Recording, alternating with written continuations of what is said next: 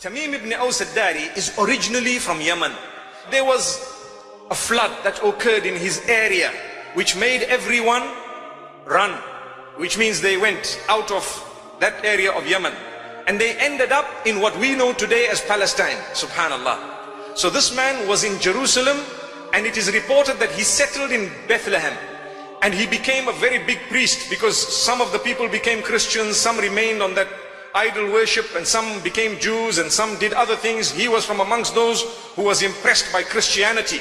So he became a Christian, and he became a priest, and he became a monk, and he used to teach the people in the monastery, and he did so much. And he says, I used to teach people about Christianity. I used to try and search for the original teachings of the Bible, the Old Testament, the Torah and the Injil.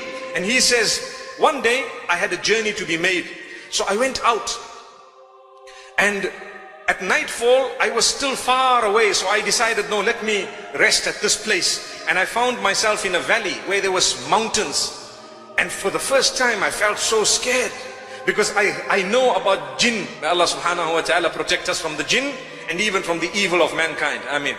So my brothers and sisters, he says, when I felt this, I remembered that when I was much younger, the Arabs used to say, when you are scared of the Jinn of the mountains, you must ask protection from the Jinn of the mountains. Up to today, in a lot of cultures and traditions across Africa and some of the Middle East and even some of South America, I've heard, when there is a mountain, the people ask for protection from the god of the mountain or the Jinn of the mountain.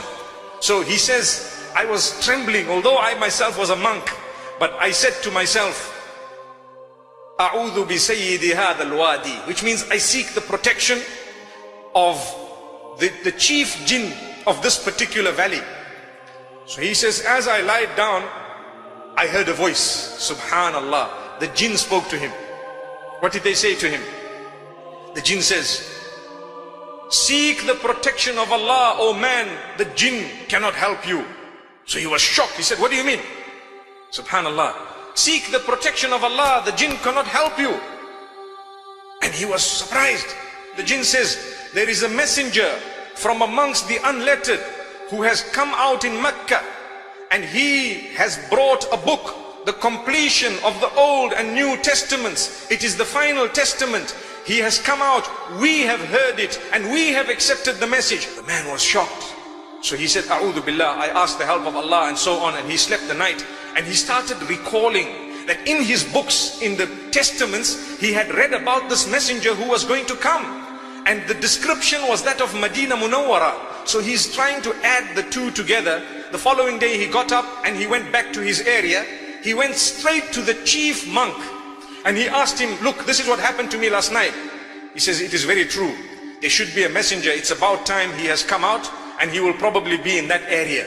So he says, I started gathering some of my friends, and we gathered a group of people. It was the 9th year of Hijrah. And subhanallah, he says, we arrived in Medina Munawwara. We looked at Rasulullah sallallahu alaihi wasallam, and immediately I told him, I bear witness you are the messenger. Allah is one. There we are. Subhanallah. So who invited him to Islam? It was the Jinn. Subhanallah. Tamim al-Dari. Tamim al-Dari. Constantly we're worried Islam is under attack.